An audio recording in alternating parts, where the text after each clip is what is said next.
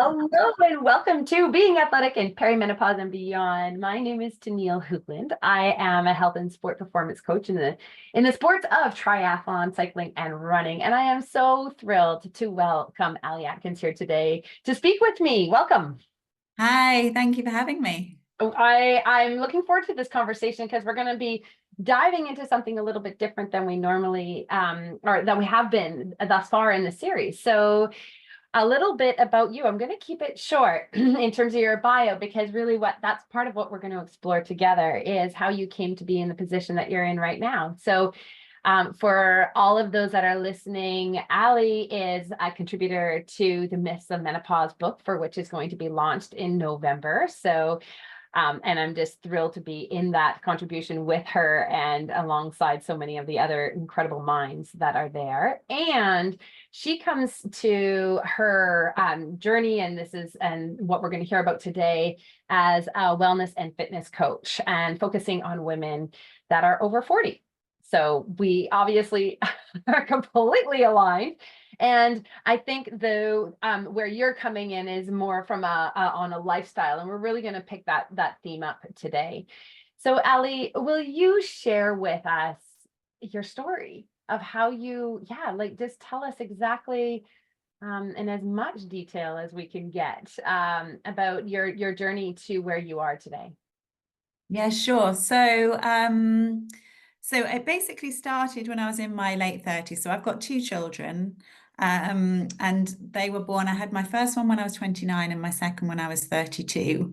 So it was sort of about 3 or 4 years after my second daughter. So I was in my mid 30s pretty much. And I just started having all these symptoms that were just really they came on slowly. So it wasn't something that I could particularly go to the doctor and say, this has happened. It was a bit like, okay, so now this is happening and now this is happening. And it was kind of like a creeping on effect of various symptoms. So the most debilitating ones, I suppose, were I was having a lot of acid reflux. So that was, waking me up at night. It was really kind of just literally just coming up. And that was really, really difficult. And then I had a lot of hair loss as well. I lost probably about half of my hair gradually over time. Wow. And then I had really kind of debilitating soreness in my knuckles, in my hands. I'd wake up in the mornings and not be able to move my fingers. I had heart palpitations.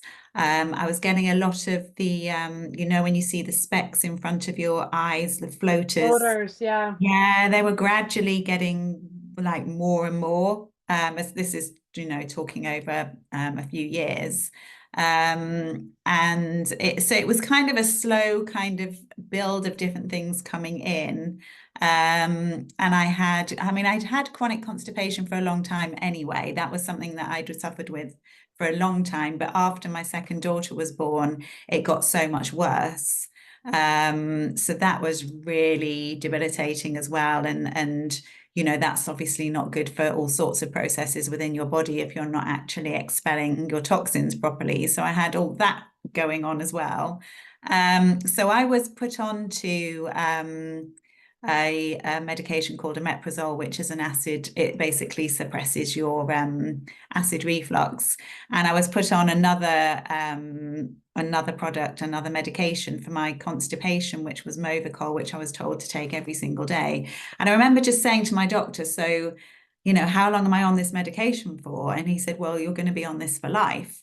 And I was kind of, 36-ish. And I just was thinking, no, this can't be. Right. This can't be right. Like you can't be surely put on medication at that age, Yeah. knowing you have to take that every day for forever. May I, It's yeah, I mean, it almost breaks my heart to have that you would have heard that from somebody in the health. And I'm using, for anybody listening to audio, I'm doing quote unquote the health profession as we know it.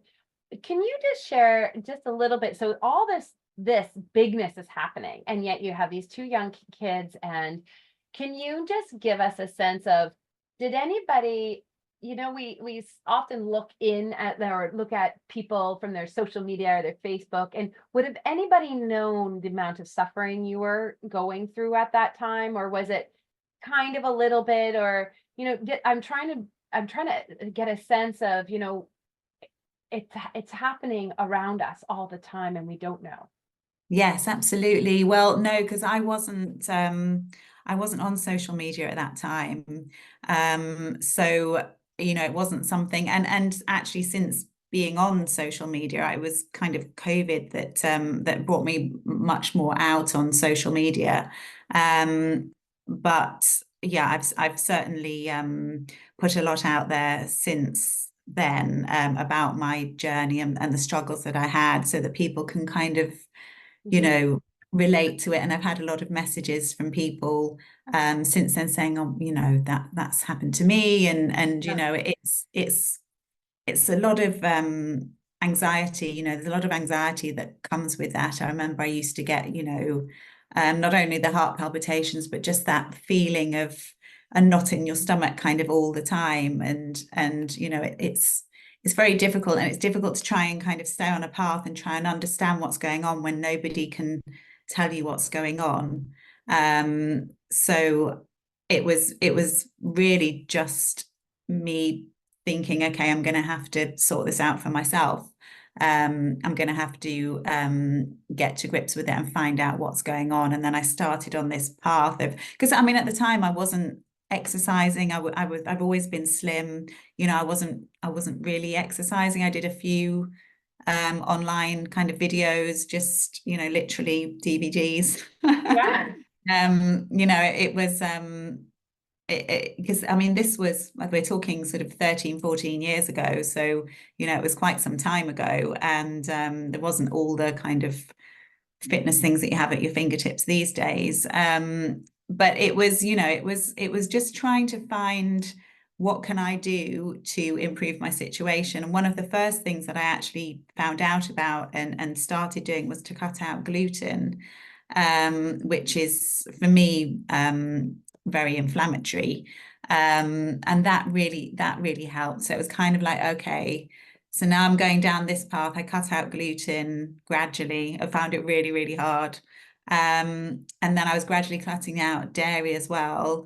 And actually my acid reflux stopped through doing those two things. So then I came off the omeprazole, and I started reading all about fiber. I started, looking into nutrition, exercise. So then I started doing exercise. I was probably about 37, 38 when I started doing sort of proper strength training exercise, started to working on my muscles. And it's something I'd never done before. And I didn't really understand the importance of it, really, I suppose. But those things, it was the lifestyle changes. I suppose nowadays, because of all the information that's out now about menopause, it could have been seen that I was back then in perimenopause. But I managed to get all my symptoms under control through lifestyle changes. So, I do feel there was, changes in hormones going on and things like that, but my body needed an awful lot of support. So it was the lifestyle changes that gave me the support that I needed, that then allowed me to come off this lifelong medication. And then just started to feel better, and I started to feel less anxious. I felt more in control. I felt like I wasn't kind of just, withholding all this kind of anxiety all the time, because it's hard, you feel like you're not good enough, you're a mum, it's just these constant kind of battles of anxiety and sort of overwhelm and guilt, and all these things that come with being a Mhm. mum. So for me, it was, getting on top of my lifestyle just massively helped me to have that support. And I had, the vitamins that I needed coming through my diet. I didn't particularly take supplements. I took some, but it was just sort of getting my digestion back on track, I think, was one of the biggest things that made the biggest difference for me, Mhm. which exercise helped with, because of course that's all related to your metabolism and everything as well. So it was a real combination. I don't think any one thing made the biggest change, although the gluten and dairy did really help me. But I don't think, I kind of feel like there's so many different pillars that you need to kind of have that balance and prop everything up to actually help you and help you to feel good and balance, your hormones, it's enzymes, there's so many different functions going on that need that support. And it's magnesium levels, it's lots of different things that are important. So I think moving on to a healthy diet, where I was increasing my protein, I didn't worry about cutting out fats anymore. I focused much less on calories, and just started to actually tune into my body much more. So I was eating what I felt like I needed rather than eating what I felt I should, in terms of, oh, I can't have that because I've had that for lunch. You know what I mean? Like trying to think of. Yeah. Can you go into a little bit more detail on how did you learn to figure out what you needed? I think that that's one of the questions that a lot of women struggle with, is it's like, okay, yes, I'm on board. I want to do what I need. I want to feel my body. I want to like nourish. I don't want to like feel like I'm dieting, quote unquote, all the time. And I want to come into, I'm confident about how much I'm eating and that it's the right amount for me. How was that journey for you specifically on that, of knowing that you got what you needed? What did you move toward?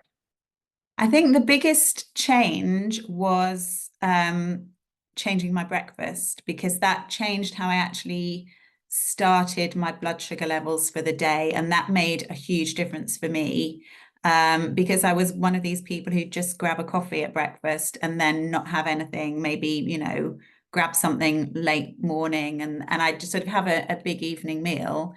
But then because I hadn't had enough calories through the day, I would then be snacking in the evening. So I'd be having, even if it's hummus and vegetables or whatever, but that was never what I needed. It was calories, so it was carbs, because your body starts craving these things because you're just not getting enough of it in the day. So changing my day around, so I had a big breakfast and something that was high protein, high fat, but good fats, so that And there did you was that. feel like it though? Like when you started having a good sized breakfast and really focusing on that, did you feel like it? Like this is where I'm trying to really help us understand and help women understand, is sometimes the behavior and what you know, or where an expert is guiding you to say, okay, you need to have this breakfast, and trusting that journey, so that you, and the feeling of like, oh, this is how I can feel, but you didn't really feel that before.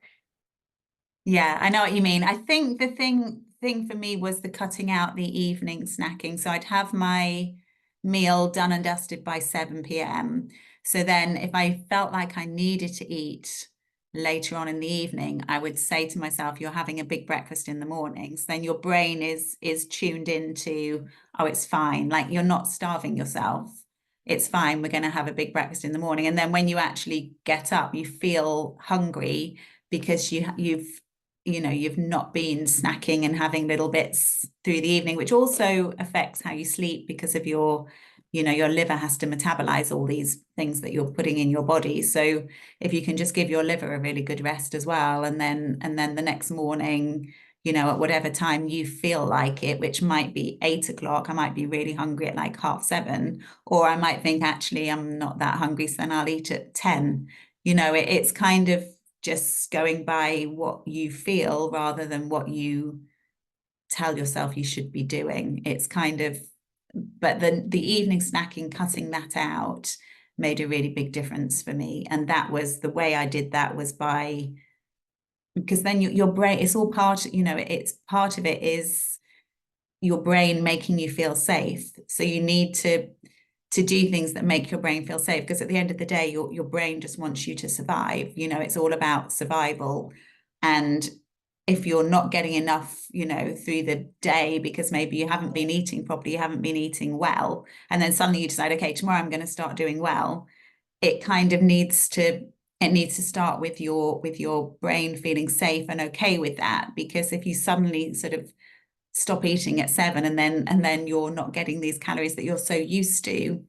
You just have to talk to yourself and remind yourself that you know, this is okay. We're going to eat in the morning. So it's weird because it's like you and your brain, but it is that, you know, it's that kind of different approach, I suppose, to you feeling comfortable and feeling safe, and making sure that you've got something that you can eat in the morning, because you know, these kind of snacks and things happen when we just suddenly get hungry and we haven't maybe paid attention to what we've been feeling and what we should have been eating through the day, because we don't eat sort of generally enough calories. I think women don't, you know, we're sort of up and down and here and there and maybe just, you know, grabbing an apple or something, but you do need proteins and you do need good fats for that satiety, and less carbs. I'm not saying cut out carbs, because we need those too, but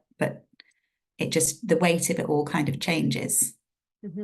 I think what's really interesting is this idea of feeling and physiology. So the physiology of knowing that if you, so your example is, that you're coming to is like, okay, I don't need to snack at night because I'm going to have a good solid breakfast in the morning that's going to set my day up really well. And so there's a physiological experience there, and that you're connecting, like, it's okay to feel this way. You may feel like you want to snack at this moment, but we're physiologically okay. And also then during the day when, you know, you're trying to tap into this feeling, and I'm being really nuanced here because I think this is one of the biggest struggles for, at least when I'm working with you know, athletes that I am. It's like, yeah, but I don't feel like eating, Tenille. It's just like, I know you don't feel like eating. And part of it is our hormones responding to, you always eat at like 11:30, it comes up for me and I am like ready to eat. Like, it doesn't matter if I ate at 10:30, because at 11:30, my hormones, like, there is that cyclical thing that is occurring within our body. It's just like, oh, perfect timing, I want to eat now. And so it's also, you know, connecting that I'm feeling this way, that's okay. And then what you're really bringing forward is, and it's okay to feel hungry, or, you know what, move through it. It's okay, because physiologically we know you're not. I think one of the challenge is another challenge that I hear from many women is this fear of doing damage to our body. Like, we're really trying to honor our body and being okay, like, I want to do well by it. I know I need to do well by it. I'm just not exactly sure how to do well by it. And to start feeling like you're having this this conversation is, that's like, okay, well, does this make sense? Will I be eating again? And no, the feeling is, it's okay to be hungry, and you're going to be safe, body. Like, I love it how you're really having that conversation, because feelings and physiology don't always match up.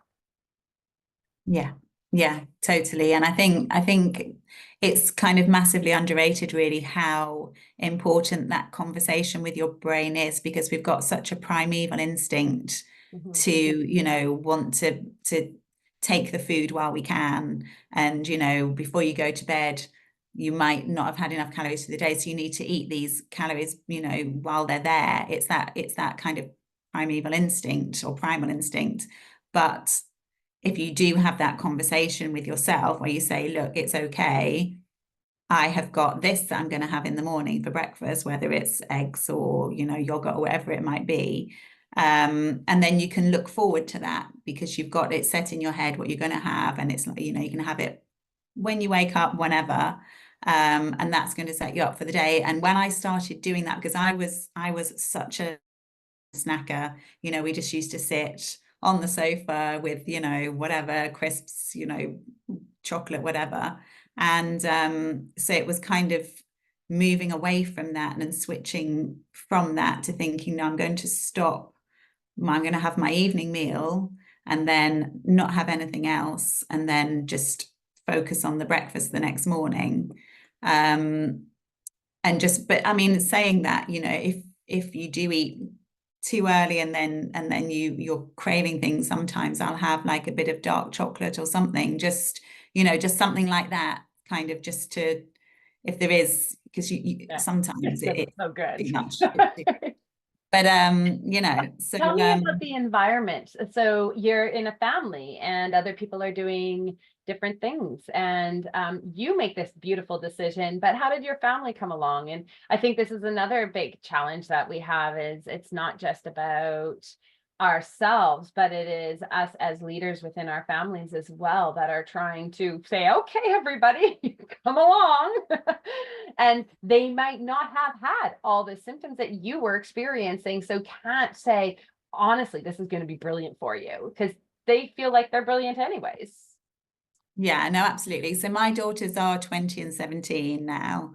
And yeah, they like to snack in the evenings, and you know that, and it's, I mean, they're young, it's, you know, it's fine. But then if they have a bad night's sleep or something like that, and they say, oh, I didn't sleep well last night, then I'll say, well, you know, you were eating chocolate at like 10:30 at night, so you know, you kind of need to start thinking about how these things, so we just have these conversations, you know, about how what you're doing can impact, especially, you know, with your liver's trying to cleanse itself through the night. So it can be made difficult if you're eating late, and then your liver's trying to, you know, undergo all these processes, and then trying to sort of metabolize everything as well. So it's, you know, you kind of have to take account of how your body works, and that, so I have these conversations with the girls. And to be honest, my husband, he was always a big late night snacker as well, but he's gradually, as time's gone on, he's in his early 50s now, as time's gone on, he's kind of like, okay, no, maybe what you're saying is actually, but you know, it is different for men. Men have different, no, men are very different to us. They have different hormones, different patterns to us. So, you know, it does tend to sort of affect them later on. Yeah, Yeah, but it's, they'll have their aha moments a little bit later. I think what you're saying is that you were a real leader in your family and are still a leader in your family. I mean, I would this was a while ago, for which you were on this journey of really shifting your health experience, and your kids were younger at that time, so you may have had more influence of whether they were snacking or not, period. But it's still in the environment that we have to take the leadership, and that can be difficult for some, when everybody's like, oh, but you know, I want to do this, I want to do that, and it's just so much easier to stop it. And so I think what I hear you saying is really getting to know your body and why it's making you feel good, or what it is that it needs to be able to work well, period, or even optimize in another situation. yeah. So the other thing that you really did, and where you're leading people now, is in a lot of the how to get active, how to start in this journey, because you didn't do it before. And so it wasn't part of your, you know, like for me, I've always been active, I've always been sporty, I've always did, that's just what I did. I don't even know another way of being. But that wasn't your experience. So share a little bit about how you came to, because not everybody enjoys exercise, and how do you guide people with that? Yeah, I think the thing for me was it was because I, you know, by the time I kind of came to thinking I really need to start with fitness, I didn't really know what to do. I joined a few different exercise classes, I joined the gym, and I just couldn't find what worked for me. I couldn't find that thing that would give me the motivation to go back and do it again. You know, I'd kind of think, oh, I've got to go to the gym again, or oh, I've got to go to that class again. I didn't really understand what they were doing. You know, I couldn't keep up with them. I think some of these classes and things can be quite off-putting. So I was in my late 30s, and I basically started strength training. So I had a personal trainer with a friend of mine, and we started doing classes, just the two of us. It was just focusing on strength training. So we focused on using weights and things, but there were some things that I just couldn't do. And it really made me kind of realize how impacted my body had been by my lifestyle. So, you know, just getting into a squat, I found really hard. Like, I remember my trainer saying to me, why can't you squat? Why can't you get down? I was like, oh, I don't know. You know, I've never haven't tried to squat for I don't know how many years. So, you know, and then going in the garden with the children and like doing a cartwheel or doing a handstand, and my wrists just felt like they were going to explode. And I was thinking, what, you know, what's going on? It's kind of that the whole of my 20s, I was just, you know, working and just going out and not focusing on being sporty and being active or any of that. It just wasn't part of me. And I think that massively then impacted me later on. And so when I started doing this work, it really kind of highlighted to me how much my body had changed, and how much of my mobility I'd actually lost and how much of my strength I'd lost. So when I started doing this training, I then started to see some differences, and I was just starting to get stronger and feeling better. My metabolism improved. That, along with the dietary changes, really started to make a difference. And that's when I thought, okay, this is what I want to do for other people, because it really opened my eyes to how much you can do for yourself by making these changes, and how important it is, and how much of an impact it can actually have on your health, and your life in general. So I trained to be a fitness instructor, and then I trained to be a personal trainer, but then I went on and did courses in functional mobility, because I really wanted to understand, okay, so, you know, why is it that me and others can't get down into a squat position? You know, why is it that I can't do certain things, and why you know, can I get that back? And of course you can. It's just consistency. Consistency is the most important thing. You know, so rather than doing an hour a week, it's kind of 20 minutes 3 times a week. It's just that consistent movement, consistent training, but also, you know, just not sitting for long periods of time. Because if you imagine yourself sitting on a chair and you've got your knees at a 90-degree angle to your body, so your hips are just never going into that extension, and that can just get stuck over time, and your body adapts to that, and your muscles adapt to that, your fascia adapts to that. So you know, it's important to do exercises and strength training that actually get that function back, and oil your joints and get your joints moving properly again. And you know, being able to squat without your knees just dropping in together because you've got no strength through the outsides of your hips. It's that kind of thing that I suppose you gradually learn as you do it. And what was the real, so yes, your health, getting, you know, moving beyond these symptoms was a real motivator for you. And would you say, you've mentioned a couple of times your kids not being able to do a cartwheel, like where I'm going here is, it wasn't necessarily so you could, like, you're not going to pin on the fridge and now I can do a squat. It wasn't like, hooray. But it was so much deeper than that. And so I'm getting into your why and understanding, like, what would you say to women of saying, okay, well, it's not about the squat, it's about what you get to do when you could squat. It's not about the strength, it's what you can do about when you have the strength. And so can you just share a little bit of your story and how that was starting to kind of connect for you there? Yeah, well, I think it's you know, a lot to do with things with playing with the children, and just, you know, if I was lying on the floor on my front, you know, just up on my arms, just watching them do something, I realized actually I can do this now. Whereas before it would have given me horrific back pain. You know, I'd have been struggling to get up because you know, it's kind of little things that you start to notice that you can actually do, and that you realize that, you know, I stopped going. I used to go over on my ankle all the time, but I stopped doing that because my ankle strength started to get stronger, and my, you know, my foot position was improving a lot from, you know, a lot to do with, I always strength train barefoot, so that I can actually strengthen and improve the mobility of my feet as well, which then impacts your hips. And it's just the sort of changes that I could do that allowed me to, I suppose, do more things and just be more mobile with things without the pain of it. So, you know, sitting on the floor for long periods of time, or kneeling down and doing something is, you know, it's all around doing things with the children. And and just not having that awful pain, and think, that thought, I hear so many people say, oh, I'm getting old, creaky and this, that, and the other. And it doesn't have to be that way. It really doesn't. It's to do with you making sure that you keep your joints mobile but strong, not overextending and without the strength. It's that everything kind of works together.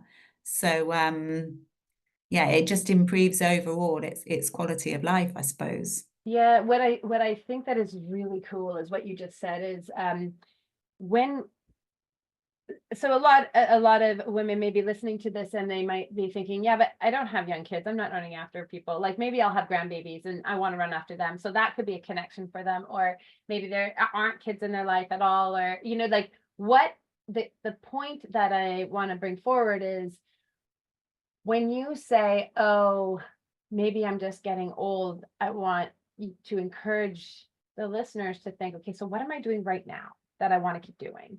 And make that connection between I'm feeling creaky and Yeah. do I want to do this very activity that I'm doing right now without feeling like in 1 year, 2 years, 5 years, 10 years? Because if you're feeling creaky now, imagine you won't be able to do that in 10 years. And Yeah. if we're looking for our inspiration, it's looking for the things that you're doing now that aren't coming as easily, and then fast forward and then going 10 years and saying, if it's not easy now, where am I headed? And connecting that the things that you are currently doing, because that, not to be, like doom and gloom, but it will get harder if we don't take an active approach to what the things that you're really pointing to, and that is mobility, and that is understanding that we can do things, and that is really coming into the longevity of it. Yeah. Oh, sorry. I think the other point for those that are listening to this interview and are movers and are it doesn't we're not convincing you to move or keep mobility. You're like, yeah, okay, I'm all over that. I think that the nuance to it is that we're not gritting through it anymore. And I think that that's where, like, from the athletes that I work with, there's the nuance between we got to get moving, which is, the population that you're really working with, and understanding mobility and building that strength and that foundation, and then maintaining it and having optimal health and longevity within it. In the population that also maybe I'm sporty, I'm doing it's actually coming back down to those basics and that foundation and saying, I want to be able to keep on doing this at a higher level, but if my foundation is not strong, then I won't be able to grit my way through it anymore. My lower back hurts too much. And these things actually all come down and converge at that foundation again. And to come back to the, where we began in this conversation, we have all these foundational levels, and this is where, like, you mentioned pillars. So my pillars are mindset, nutrition, training, and recovery. And under each of these pillars, we have our foundational pieces. And you're working at that foundation with people in their learning of their nutrition, the nutrition piece. And no matter where you are at in terms of your activity level, from the highest of performance going to world championships to I just want to get started, we all are always coming back to that foundation. And I think that you've reminded us that. And that's how we optimize, and that's how we seek that excellence within our body. Yeah, no, absolutely. And I think, you mentioned lower back pain, which is so common. The lower back pain creeps in, the knee pain creeps in, and like you say, it's not ignoring those things. You need to take account of that. That's your body giving you signals, and signals of pain are signals of weakness, or signals that maybe a muscle is overworking that shouldn't be overworking. So it's, don't just think, oh, I'm getting old, I've got knee pain. It's why is that knee pain occurring? Your knee is a hinge joint between your hip and your foot. So, if you've got knee pain, it could well be that you've got issues around your hip. It could well be that you've got issues with the position of your foot. It could be that that's then affecting your gait, the way that you walk. and it just feeds through and it causes inflammation. And if you just keep ignoring that, then it's only going to get worse. And the same with the lower back pain and, you know, this tension that people find in their lower back where it just feels tight a lot of the time. And that can relate to a lack of strength in the glutes, the bum muscles. It can relate to a lack of strength in the lower abdominals, which is an area that gets forgotten about, really. I mean, you know, people do a lot of work on these abdominals that go through the front and kind of ignore the low, deep, stabilizing abdominal muscles, which are super important for pelvic stability. So, you know, there's lots of kind of ways that tightnesses in muscles can feed into other muscles. And people who start getting tight hamstrings, you know, if you didn't have tight hamstrings before and then you have tight hamstrings, why is that? Because that also, they attach to your pelvis, you know, that can also pull on your pelvis and cause dysfunction. So all these things, all these sort of lifestyle factors, they creep in over time, and it's very, very slow. And it's when you're getting into your 40s, 50s, 60s, over years of your muscles perhaps being in this position, or your, you know, your tightness is just getting more and more tight over time, and muscles that should be stabilizing stop stabilizing because they're being switched off by other, you know, it's kind of everything kind of feeds into everything else. And that's how you can have pelvic floor dysfunction as well, which shouldn't be ignored either. You know, there's often a reason for that. And it's often muscular. So, or it can be breathing related as well if you're, you know, if your rib cage isn't sort of free enough. So everything sort of feeds into everything else, and it's just important not to ignore these tightnesses that can happen over time, because they are indicators. You know, your pain is your body's way of showing you that something's not right, rather than it being just a passage of time and it being an age thing. You can reverse that, and you can get your body back in alignment again. It's all about balance, and it's all about certain muscles. You know, you've got muscles that balance other muscles out, and if some muscles are working too hard, then the other muscles will switch off, and that's how you can get a lot of dysfunction building, and then that can lead into other things. And I think low back pain is one of the most common things that people sort of talk to me about and say, well, you know, I've got low back pain, I'm tight, constantly tight in my low back. What do I do about it? And it's, you know, it's a tricky one, but I think the main issue I see for that lower back pain is a weakness in the abdominals, because your lower abs are basically helping to support the top of your pelvis. And then there's this muscle that goes from your back through to your femur, through to your leg bone. And so if you've got weakness around the top of your pelvis, then that can cause the tightness through that muscle that goes from your leg bone up to your back, and it can cause that to actually pull and become tight. And then, you know, the way to release that muscle, because all it's doing is trying to stabilize your back. Mm-hmm. The way to release that is to strengthen your abs, so that your abs work with this muscle going through your lower back, Mm-hmm. and then it works together, and then you find actually, you know, things start to improve. But I think that's, you know, it's part of that whole strength training package, where it's not good just to do one form of exercise. If you're constantly doing spin classes, for example, then, you know, that can cause a lot of tension in certain muscles, and you're not then working in other muscles that need to be worked, and those muscles need to rest. So it's kind of doing a bit of everything and getting an all-round strengthening, and for women especially, that position of the pelvis is really important, and you know, lack of that and rotation issues with the hips can cause pelvic floor dysfunction. So everything's in a So balance, connected. related. Yeah. Yeah. Well, I love it. And I think, you know, I think where we're coming to is that what has worked for you, if I had to summarize your whole story in one word, it's why. And your deep curiosity of saying, okay, but why? why am I constipated? Why can I not do this? Why do I have to have this symptom for the rest of my life? Why am I trying to mask something? Why is it that my lower back hurts? Not that that was your experience, but like why? I want to understand why, and I do see that it's all connected. And I think it's in a beautiful place if we are coming and we're coming if to guide the listeners and saying, where can you ask why? Why is it so? Why do I have to say I'm getting old? Do I need to say that? Can I change that story? And I think it's a beautiful message. I want to go and let everybody know about your free gift. And before I do that, is there any other points that you really feel like we need to make that before we go into the free gift and my final 3 questions? I think we just touched on the breathing side of it, and I do think, because we haven't sort of really mentioned stress and stress and breathing are all, it all relates to muscle tightness.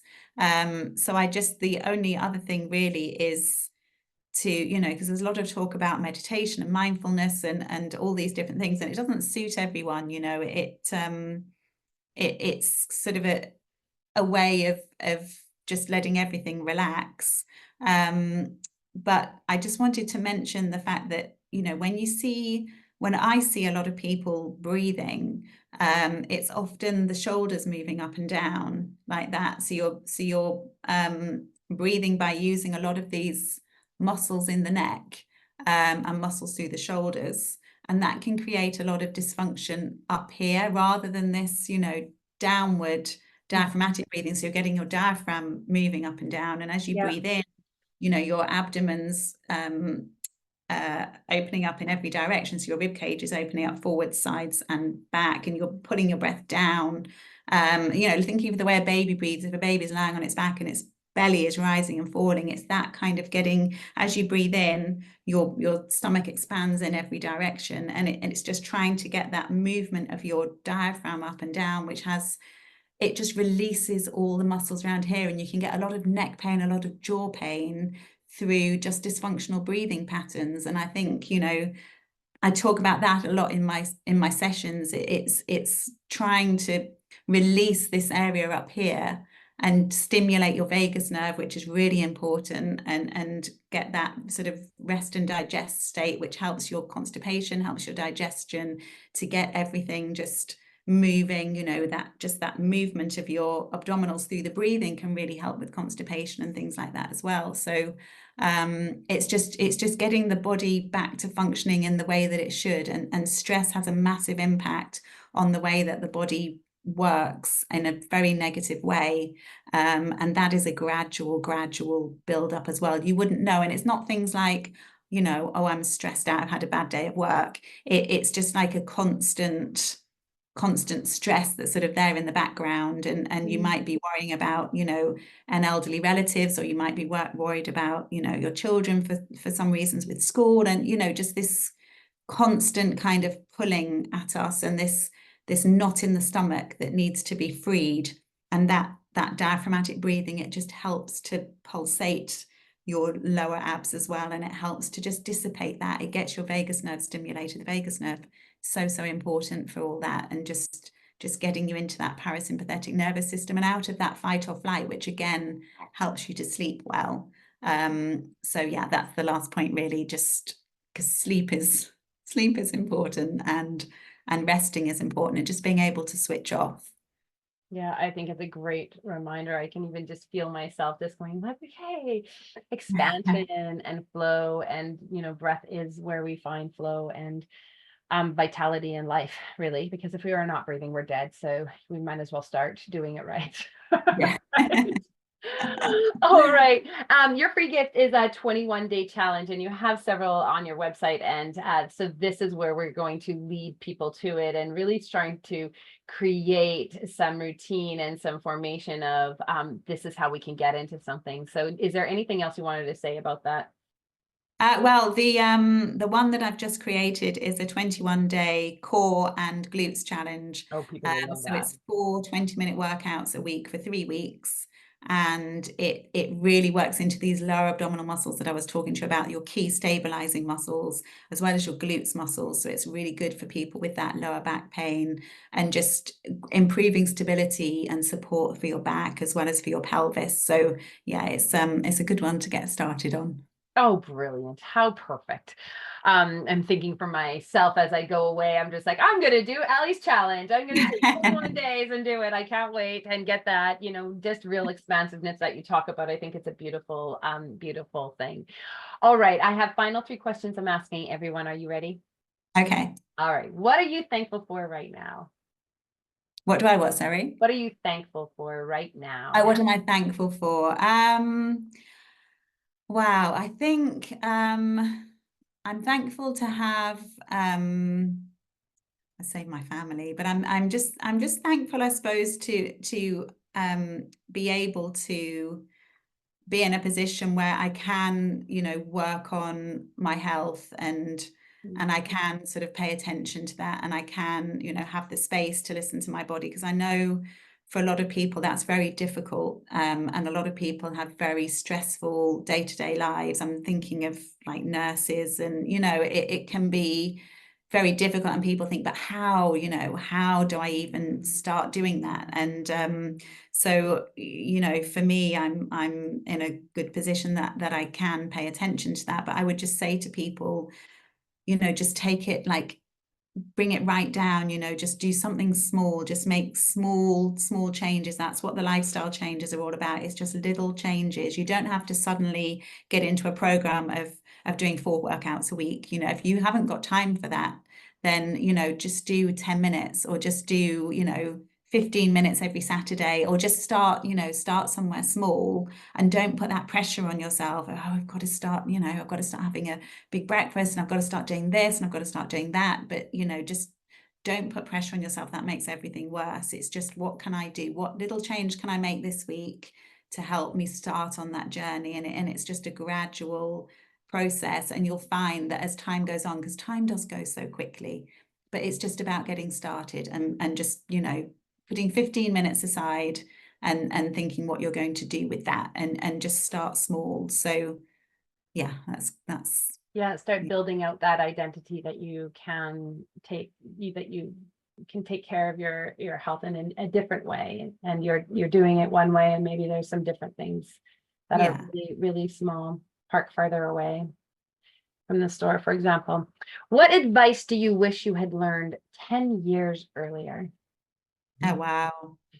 Um Gosh, I think the biggest thing for me is all around kind of nutrition um and the fact that everything that you put in your mouth has such an impact on every cell in your body. It's something I kind of started to learn myself in that time, but I just wish I'd had the knowledge that my children now have, through just understanding the importance of fiber, understanding the importance of protein, understanding how our cells are made up and how their function relies on everything that you're putting in your mouth to feed your body. That's what they break down, and that's what they need. That's what makes us us, and that's what makes you feel the way you feel.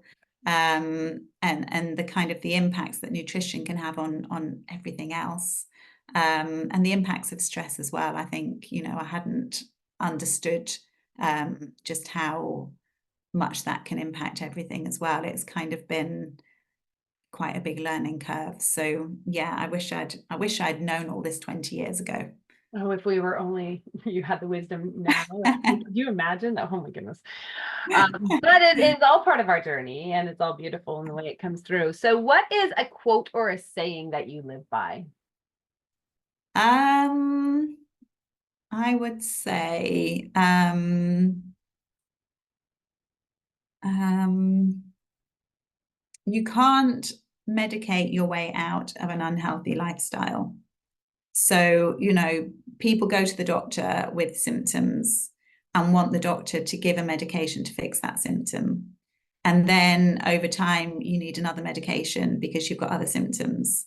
And then you have another medication to help with those symptoms. And it's that, you know, whereas if you can pull it back and actually make the lifestyle changes to make the symptoms go away naturally, then you don't start off on that kind of constant path of chasing symptoms all the time. So it's just getting that understanding of, and, you know, I don't expect everyone to understand, you know, how different foods, different, you know, vitamins and minerals impact your body. It's just understanding that eating as natural as possible is the best way.